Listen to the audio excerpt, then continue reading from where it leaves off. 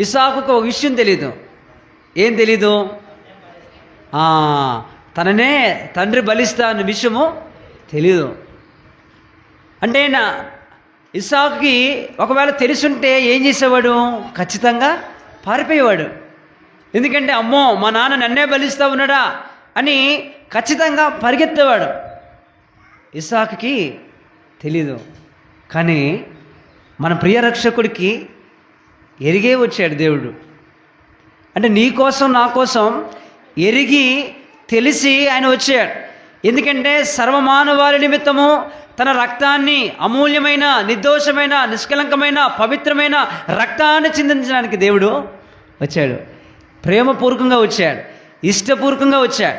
అక్కడ ఇస్సాకుకి తెలిస్తే పారిపోయేవాడే, బలవంతంగా కట్లు తెంపుకునేవాడు, బలవంతంగా దూకి పారిపోయేవాడు, తండ్రి దగ్గరికి వచ్చేవాడు కాదు.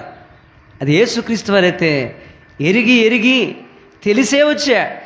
ఆయనకి తెలుసు సర్వమానవాళి నిమిత్తము ఏమవుతుందో. అందుకే గెత్సెమనే తోటలో యేసుక్రీస్తు వారి చెమటంతా కూడా రక్తంగా మారిపోవడానికి కారణం ఏమిటో తెలుసా? ఆయన తలపోసుకుంటా ఉన్నాడు. తర్వాత